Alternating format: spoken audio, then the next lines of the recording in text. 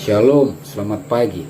Kita bersyukur karena kemurahan rahmat Tuhan yang terus menjadi bagian kehidupan kita, sehingga dengan seizin Tuhan, pagi hari ini kita bisa berjumpa kembali dalam renungan pagi bersama yang diambil dari buku Maranatha Tuhan Datang, yang ditulis oleh hamba Tuhan, Nyonya Ellen G. White. Sebelum kita merenungkan kebenaran firman Tuhan, mari kita sama-sama berdoa.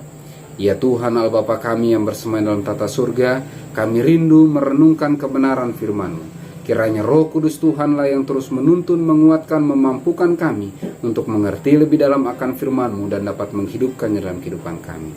Dalam nama Yesus kami berdoa. Amin. Pekabaran firman Tuhan pada pagi hari ini berjudul, Bagaimana Patung untuk Binatang Berkembang. Ayat intinya diambil dari Wahyu 13 ayat yang ke-12. Dan seluruh kuasa binatang yang pertama itu dijalankannya di depan matanya. Ia menyebabkan seluruh bumi dan semua penghuninya menyembah binatang yang pertama yang luka parahnya telah sembuh. Keterangannya, supaya Amerika Serikat dapat mendirikan patung untuk binatang itu, maka kuasa keagamaan harus mengendalikan pemerintah sipil sedemikian rupa sehingga kekuasaan negara juga akan dijalankan oleh gereja untuk menyelesaikan kesudahannya sendiri. Patung binatang itu yang melambangkan bentuk kemurtatan Protestan yang akan diperkembangkan ketika gereja-gereja Protestan akan meminta bantuan penguasa sipil untuk memaksakan ajaran-ajaran mereka. Bila pemeliharaan hari Minggu akan dipaksakan oleh hukum dan dunia akan diterangi sehubungan dengan kewajiban terhadap Sabat yang benar, maka barang siapa yang melanggar hukum Allah untuk mentaati suatu hukum yang tidak lebih tinggi daripada kekuasaan Roma, dengan demikian akan menghormati kepausan di atas Allah.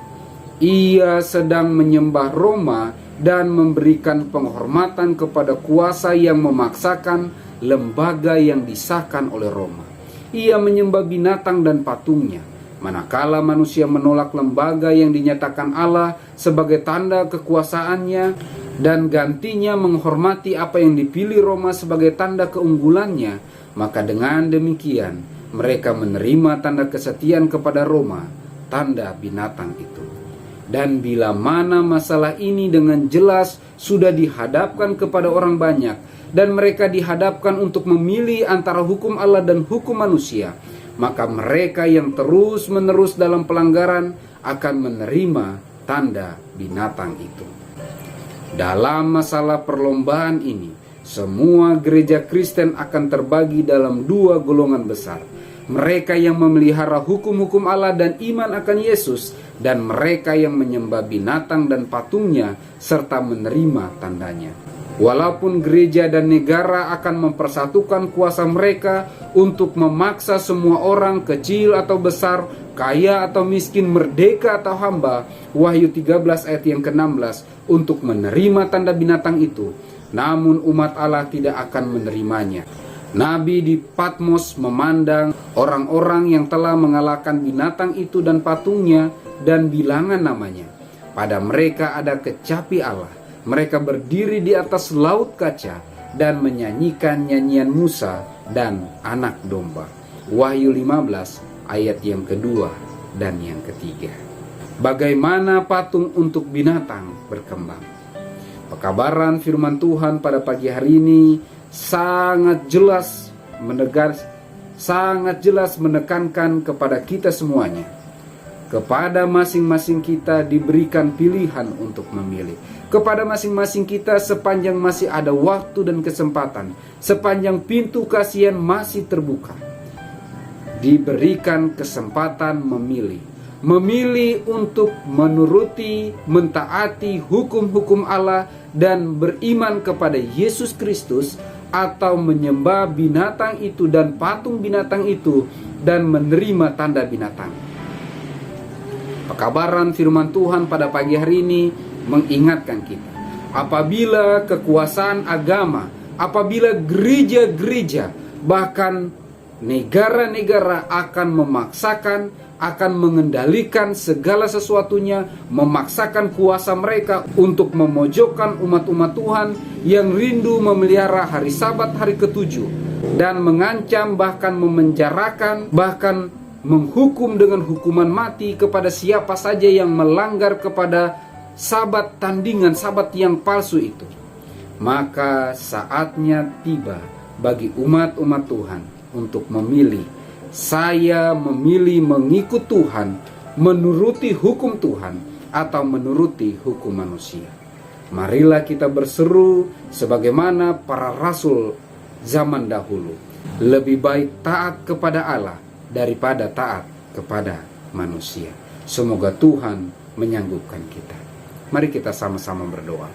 Ya Tuhan Allah Bapa kami yang bersemayam dalam tata surga, pada pagi hari ini ya Tuhan kami bersyukur atas kemurahan rahmat Tuhan yang terus menjadi bagian kehidupan kami.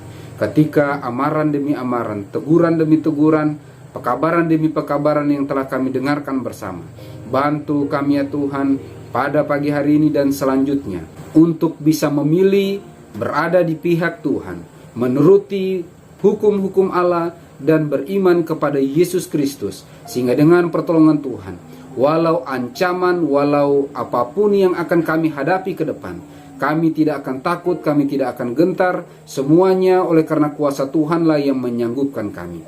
Bantu kami ya Tuhan dengan pertolongan Tuhan untuk lebih peka mendengar suara Tuhan. Ketika panggilan ini kami dengarkan, bantu kami untuk mengambil keputusan, memilih berada di pihak Tuhan, walau apapun tantangan pergumulan yang akan kami hadapi. Terlebih khusus kami berdoa ya Bapa bagi jiwa-jiwa, bagi umat-umat Tuhan yang saat ini bergumul untuk memilih berada di pihak Tuhan.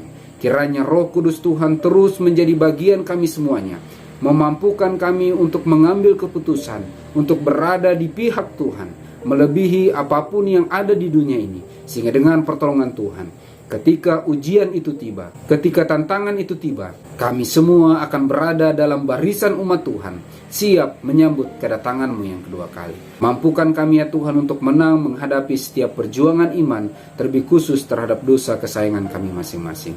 Terpujilah nama-Mu ya Tuhan, jadilah menurut apa yang Kau pandang baik, bukan kehendak kami, karena kami berdoa dan berserah hanya dalam nama Yesus yang adalah Tuhan dan Juru Selamat kami. Amin. Maranatha, Tuhan datang. Tuhan Yesus memberkati.